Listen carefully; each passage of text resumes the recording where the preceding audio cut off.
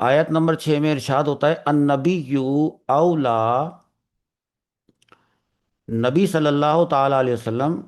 زیادہ مالک ہیں بالمؤمنین، مومنوں کے، من انفسہم، مومنوں کی جانوں کے زیادہ مالک ہیں، وہ ازواجہ، اور نبی صلی اللہ تعالی علیہ وسلم کی جو ازواج ہیں امہاتہم، وہ مومنوں کی مائیں ہیں، وہ اولو الارحامی، اور جو خونی رشتہ دار ہیں بعضهم اولا ببعض،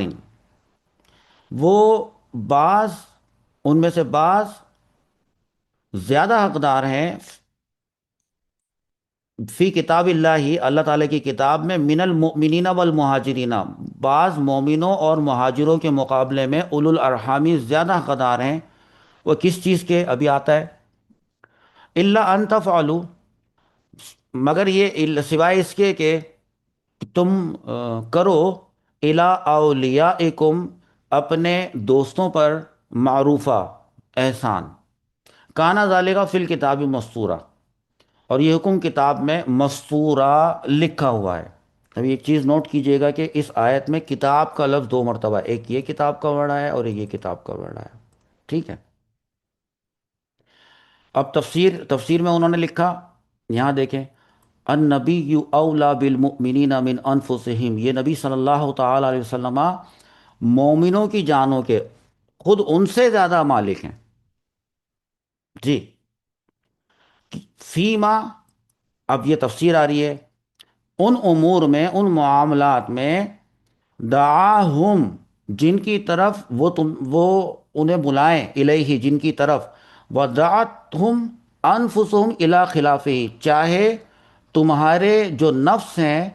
وہ اس کے خلاف کی طرف بلائیں، کہ ایک طرف نبی کریم صلی اللہ تعالی علیہ وسلم بلائیں ہیں، اور جبکہ تمہارے دل اور تمہارے نفس تمہیں اس کے خلاف کی طرف راغب کریں۔ تو اس معاملے میں یعنی دیکھیں، حضور صلی اللہ تعالیٰ علیہ وسلم، یہاں رک کے بتا رہا ہوں، اپنی امت کے لیے جتنے شفیق، مہربان اور خیرخواہ ہیں، تو اس کے لیے کسی وضاحت کی ضرورت نہیں۔ اور اللہ تعالیٰ نے حضور اکرم صلی اللہ تعالیٰ علیہ وسلم کو جو یہ حق دیا کہ مومنوں کے اپنے خود سے، نفسوں سے بھی زیادہ حقدار ہیں آپ صلی اللہ تعالیٰ علیہ وسلم، اور آپ صلی اللہ تعالیٰ علیہ وسلم کی محبت کو دیگر تمام محبتوں سے فائق تر قرار دیا، اور آپ صلی اللہ تعالی وسلم کے حکم کو فرمایا ہے کہ تم اپنی تمام خواہشات سے تم اوپر کا درجہ دو۔ اس لیے مومنوں کے لیے ضروری ہے کہ جب کبھی رسول اللہ صلی اللہ تعالی علیہ وسلم جس قسم کے بھی مال کا مطالبہ کریں، وہ اللہ تعالیٰ کے لیے کرتے ہیں، وہ آپ پر نچھاور کر دو، چاہیے کہ نچھاور کر دیں، چاہے خود کو کتنی ہی اس مال کی ضرورت کیوں نہ ہو، کیونکہ تمہارے سب کچھ اور تمہارے بھی وہ زیادہ مالک ہیں۔ تو آگے فرمایا وہ ازواجہ امہاتہم، اور نبی کی جو صلی اللہ تعالی علیہ وسلم کی جو ازواج ہیں امہاتہم، وہ تمہاری مائیں ہیں، فی حرمتی نکاحہن علیہم، اب دیکھو یہاں لکھا ہے نا مائیں ہیں تمہاری، کس معاملے میں؟ مفسر نے لکھا فی حرمتی نکاحہن علیہم، ان سے، یعنی ان پر نکاح کے، حرمت کے معاملے میں، کہ ان سے نکاح نہیں کر سکتا کوئی بھی مومن، فی حرمتی نکاحہن علیہم۔ اچھا، اب ذرا وراثت کی بات، وَأُولُو الْأَرْحَامِ، اور جو خونی رشتہ دار ہیں، اس کو مفسر نے یہاں پہ لکھا ہے ذوو القراباتی، تاکہ سمجھ میں آئے پڑھنے والے کو، قرابت دار، بعضهم اولا ببعض، زیادہ حقدار ہیں بعض کے مقابلے میں، فی الارثی، اب وہ کس حقدار کی اور حق کی بات ہو رہی ہے؟ وہ ہو رہی ہے وراثت پانے میں، وراثت پانے میں، فی کتاب اللہ تعالی، مطلب دیکھیں، پہلے ایک بات بتا دوں کہ پہلے جس طریقے سے وراثت کی تقسیم ہوتی تھی، تو اب جو مہاجرت، ہجرت کرنے کی وجہ سے، یا اخوت کی وجہ سے، یا موالات کی وجہ سے، اب وراثت تقسیم نہیں ہوگی، بلکہ اب وراثت صرف قریبی رشتہ دار، قرابت دار، اولو الارحام کی بنیاد پر تقسیم ہوگی۔ یہ والی بات آگے بیان ہونے والی ہے، اس لیے پہلے بتایا کہ فی الارث فی کتاب اللہ من المؤمنین والمہاجرین، کہ وہ لوگ جو ہیں اولو الارحامی، وہ اللہ تعالی کی کتاب میں دیگر مومنین اور مہاجرین کی بنسبت زیادہ حقدار ہیں، یعنی من الارث، وراثت پانے کے معاملے میں، مطلب وہ مومنین اور مہاجرین، وہ کیا ہوتا تھا، من الارث بالایمانی، ان کو ایمان کی وجہ سے وراثت تقسیم کی جاتی تھی کہ وہ مومن ہیں، و ہجرت الذی، اور وہ والی ہجرت الذی کانا اول الاسلامی، جو شروع شروع میں جو ہجرت ہوئی تھی مکے سے مدینے، تو وہ جو مہاجرین تھے ان کو وراثت میں سے حصہ دیا جاتا تھا، فنسخ، پھر وہ حکم منسوخ ہو گیا، ٹھیک ہے۔ اچھا، ویسے اگر کوئی پھر بھی مہاجرین میں سے یا مومنین میں سے کسی کو کچھ دینا چاہے، وراثت میں سے تو حصہ نہیں ملے گا، وہ تو صرف رشتہ داروں کو ملے گا، ورثاء کو ملے گا، لیکن ورثاء کی جو فہرست ہے اس میں سے دیگر مومنین اور مہاجرین خارج ہو گئے، فنسخ۔ اور ویسے اگر کوئی کسی کی کو دینا چاہے تو فرمایا اللہ، سوائے، لاکن، سوائے کو لکھا مفسر نے لیکن، ان تفعلوا الی اولیاءکم معروفا، کہ اگر تم کرو الی اولیاء اولیاءکم، اپنے دوستوں پر، معروفاً، کوئی نیکی یا کوئی احسان کرو، بھی وصیت، وصیت کے ذریعے، فجائز، تو پھر جائز ہے، سمجھ آیا؟ پھر فرمایا کانا ذالکا، یہ ہوگا، ای نسخ الارث بالایمان والہجرتی، تو یہ جو ایمان اور ہجرت کی وجہ سے وارث بننے کا جو یہ جو حکم ہے، اس کا جو منسوخ ہونا ہے، نسخ، یہ ہوگا بے ارث ذوی الارحامی، ذوی الارحام کے وارث بننے کے ذریعے ہوگا، یعنی پہلے وہ بنا کرتے تھے وارث، اب صرف رشتہ دار جو ورثہ ہیں وہی بنا کریں گے، ایسے وہ حکم جو ہے اس کا منسوخ ہونا ہے، فی الکتاب مسطورہ، کتاب میں لکھا ہوا ہے۔ یہ اب آگے لکھیں گے، وہ اریدا، اور ارادہ کیا گیا ہے، بالکتابی، اس لفظ کتاب کے ذریعے جو دو مرتبہ اس آیت کے اندر آیا ہے، فی الموضعین، دو مرتبہ، اللوح المحفوظ، اس کا مطلب ہے کہ لوح محفوظ میں لکھا ہوا ہے، کتاب میں لکھا ہوا ہے، سے مراد یہ ہے کہ وہ جو دونوں جگہوں پر کتاب کا ورڈ دو مرتبہ آیا، اس سے مراد لوح محفوظ ہے۔ ایک اور آیت ملائیں اس میں، فرمایا وَإِذْ أَخَذْنَا، اور جب ہم نے لیا، من النبیین، انبیاء سے، میثاقہم، ان کا عہد، کس سے لیا، نبیوں سے، انبیاء سے، ومن کا، اور آپ سے لیا صلی اللہ علیہ وسلم، ومن نوح، اور حضرت نوح علیہ السلام سے لیا، و ابراہیم، اور حضرت ابراہیم علیہ السلام سے لیا عہد، و موسیٰ و عیسیٰ ابن مریم، اور حضرت موسیٰ علیہ السلام اور حضرت عیسیٰ ابن مریم علیہ السلام، ان سب سے جب ہم نے عہد لیا، وَأَخَذْنَا مِنْهُمْ مِيثَاقًا غَلِيظًا، اور ہم نے ان سے نہایت پختہ عہد لیا۔ دیکھیں اس کو تفسیر سے پہلے کہ اس عہد سے ہے کیا مراد ہے، تو مفسرین نے لکھا ہے کہ یہ وہ عہد ہے جو ایک دوسرے کی مدد اور تصدیق کا انبیاء علیہ السلام سے لیا گیا تھا۔ بعض کے نزدیک یہ وہ عہد ہے جس کا ذکر قرآن پاک میں دوسری جگہ پر آیا ہے کہ تم لوگ دین پر قائم رہنا، اور دین میں جو ہے وہ تفرقہ مت کسی کو ڈالنے دینا، ٹھیک ہے۔ اور اصل میں تو یہ ہے کہ جب سب کو پیدا کیا جا رہا تھا، تمام خلقت سے عہد لیا تھا کہ نبی کریم صلی اللہ تعالی علیہ وسلم تشریف لائیں گے تمہارے درمیان، ان کو ماننا اور ان کی عزت کرنا اور ان کا احترام کرنا، تمام نے قبول کیا تھا اور وعدہ کیا تھا کہ جی ہم ایسا ہی کریں گے۔ اچھا، اب یہ بات بھی ہے نا کہ وہ سب سے پوری خلقت سے لیا تھا تو اس میں انبیاء بھی شامل تھے، تو تمام انبیاء سے لیا تھا، عہد لیا تھا، جب تمام ہی انبیاء سے لیا تھا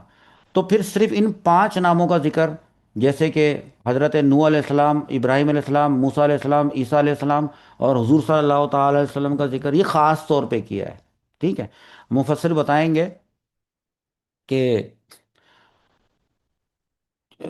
یہ جو لکھا ہے نا واہ اور، تو یہ لکھا ہے واہ اور، تو اس کا مطلب ہے اذکر. اس واہ کا مطلب ہے اذکر، اے محبوب یاد کریں، اس واو کا مطلب ہے. جی. تو اس لیے الگ سے اس کو لکھا اذکر. اب آپ یا اے محبوب صلی اللہ تعالی علیہ وسلم یاد کریں. دیکھو اس بات کو کہ یہ جو فرمایا جا رہا ہے نا یاد کریں، اس کو آپ ذرا ذہن میں رکھنا، اپنی یادداشت میں رکھنا. ابھی بتاتا ہوں. از، جب، اخذنا ہم نے لیا من النبیین نبیوں سے، میثاقہم وعدہ لیا تھا. یاد کریں. اب آپ مجھے ذرا سوچ کے بتائیے، نبی کریم صلی اللہ تعالیٰ علیہ وآلہ وسلم سے جب حضور اللہ تعالیٰ ارشاد فرما رہے ہیں کہ یاد کریں آپ، دیٹ مینس کہ کسی ایسے واقعے کا ذکر ہو رہا ہے جہاں پہ نبی کریم صلی اللہ تعالیٰ علیہ وسلم مشاہدہ فرما رہے تھے. تو اللہ تعالیٰ نے یاد دلایا وہ والا واقعہ یاد کریں آپ. تو جس وقت یہ عہد لیا جا رہا تھا وہاں پر نبی کریم صلی اللہ تعالیٰ علیہ وسلم کا مشاہدہ اور موجودگی تھی، تبھی تو فرمایا کہ یاد کریں. یاد ہے آپ کو اذ اخذنا من النبیین میثاقہم، جب ہم نے انبیاء سے ان کا عہد لیا تھا. اب مفسر نے لکھا ہے کہ وہ کون سی بات ہے. حینا،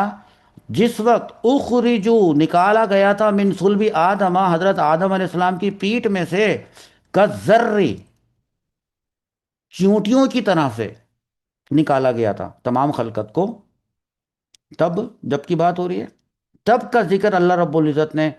فرمایا کہ اے میرے پیارے نبی یاد ہے آپ کو جب ایسا ہوا تھا. اذکر.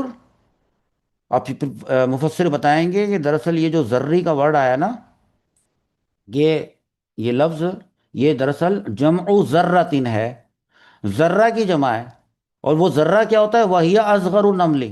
سب سے چھوٹی چیونٹی کو کہا جاتا ہے. یہ سب سے چھوٹی چیونٹی ہوتی ہے. چیونٹیوں کی مانند آدم علیہ السلام کی اولاد کو آدم علیہ السلام کی پیٹ میں سے نکالا گیا تھا. تب جب ہم نے عہد لیا تھا تو آپ یاد کریں اے میرے پیارے نبی کہ وہ کیا وقت تھا ہے. اور ہم نے آپ سے بھی عہد لیا تھا، ومن کا، خاص طور سے آپ سے بھی ہم نے عہد لیا تھا. ومن نوح و ابراہیم و موسیٰ و عیسی ابن مریم، ان سے بھی لیا تھا. کس بات کا؟ بھی ان یعبد اللہ، اس بات کا عہد کہ اللہ تعالیٰ کی عبادت کریں گے. وَيَدْعُو إِلَىٰ عِبَادَتِهِ، اور اللہ تعالیٰ کی عبادت کی طرف بلائیں گے، دعوت دیں گے. اچھا باقی وذکر الخمستی، پانچ نبیوں کا جو ذکر کیا گیا ہے، پانچ حضور صلی اللہ تعالیٰ علیہ وسلم یہاں پہ، ایک، دو، تین، چار اور حضرت عیسیٰ پانچ. تو مفسر لکھ رہے ہیں کہ کوئی سوچے گا کہ جب سب کے سب انبیاء سے عہد لیا گیا تھا تو آیت میں صرف پانچ پانچ لوگوں کا ذکر کیوں آیا؟ تو مفسر یہ بتا رہے ہیں کہ کبھی کبھی ایسا ہوتا ہے کہ خاص کا عطف ہوتا ہے عام پر. یہ انبیاء اس آیت میں خاص، اور تمام کے تمام انبیاء وہ ہوئے عام. تو یہ خصوص اور عموم والی بات وہ لکھیں گے، وہ ذکر الخمسۃ من عطف الخاص علی العام میں، کہ ان پانچ انبیاء کرام علیہ السلام کا الگ سے ذکر کرنا عام پر خاص کے عطف کے قبیل سے ہے، خاص کے عطف سے. یہ جو آپ پڑھتے ہیں یعنی خاص طور پہ ان پانچوں سے عہد لیا تھا، اور عمومی طور پہ تو سبھی سے ہی لیا تھا. یہ ہوتا ہے عام پر اس کا عطف خاص کا. آگے مفسر نے لکھا وَأَخَذْنَا مِنْهُمْ مِيثَاقًا غَلِيظًا، تو وہ جو لفظ آیا ہے سخت والا، کہ سخت، سختی سے عہد لیا تھا. سخت تو پتہ ہے شدیدہ، کہ سخت عہد لیا تھا، وہ کہ پختہ عہد لیا تھا. اگر پختہ سمجھ میں نہیں آ رہا تو اے قرآن پڑھنے والوں ہم تمہیں بتا دیتے ہیں، شدیدہ، غلیظہ کا مطلب ہے شدیدہ، سخت عہد لیا تھا.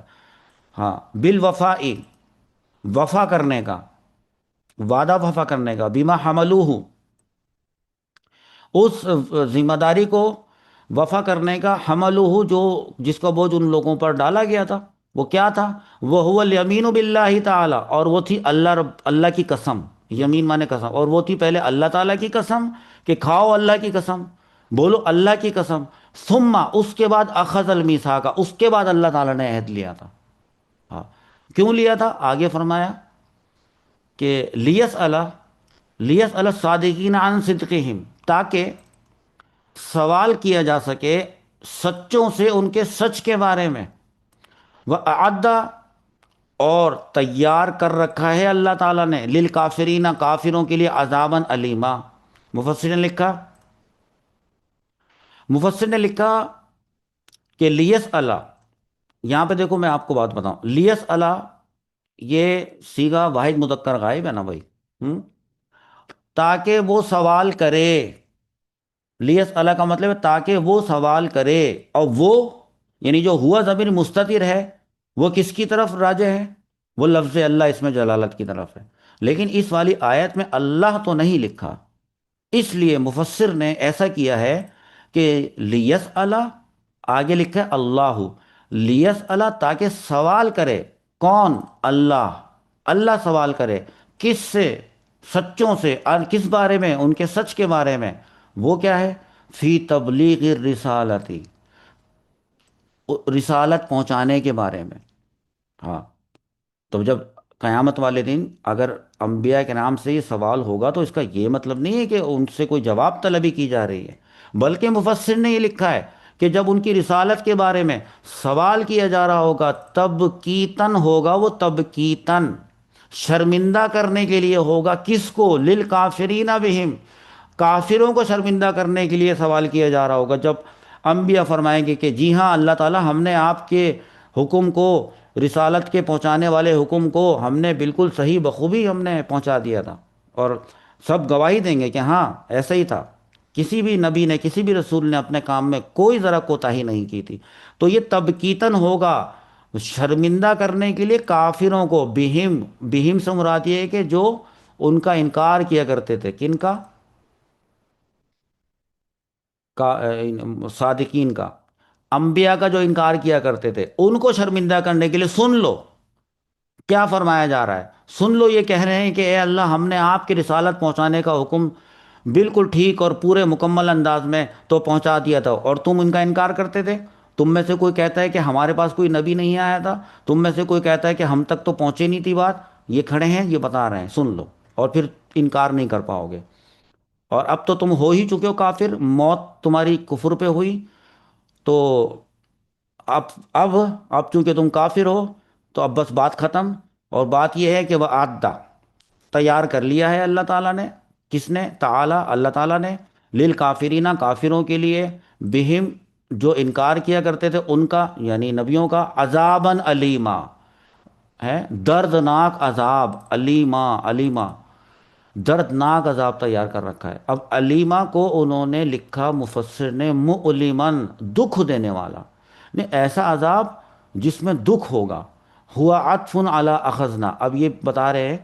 کہ یہ جو اعدہ کا لفظ ہے نا، وہ اعدہ اس سے شروع میں واو آیا ہے نا، تو یہ واو عطف کے لیے آتا ہے نا، اور تیار کر رکھا ہے، تو یہ اس کا عطف جو ہے وہ ایک لفظ پہ ہے جو اخذنا پیچھے گزرا تھا، جب اللہ تعالیٰ نے یہاں پر پیچھے فرمایا تھا کہ اخذنا، ہم نے لیا تھا عہد، اور ہم نے تیار کر رکھا ہے، اس طرح سے یہ بات بتائی گئی کہ وہ عطف علی اخذنا۔ تو ایک یہاں تک ہمارا یہ سبق ہوا، اس کے بعد جو ہمارا اگلا، اب جو ہم آیت جس کی کہ ہم تفسیر بیان کریں گے انشاءاللہ عز و جل، وہ یہ والی ہوگی جس میں غزوہ خندق کا ذکر شروع ہو جائے گا، تو اس کو نئے انداز میں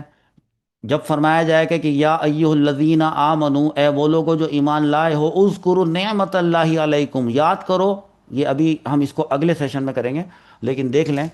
کہ یاد کرو اللہ تعالیٰ کی اس نعمت کو جو تم علیکم، تمہارے اوپر تھی، اذ جاءتکم، جب آ گیا تھا تمہارے اوپر، جنود، ایک بہت بڑا لشکر، فارسلنا، تو ہم نے بھیجا، علیہم، ان لوگوں پر، کافروں پر، ریحن، ایک آندھی کو، وہ جنودن، اور فرشتوں کی فوج کو، لم تروہا، جو تم نہیں دیکھتے تھے، دیکھ نہیں سکتے تھے، وکان اللہ بما تعملون بصیرا،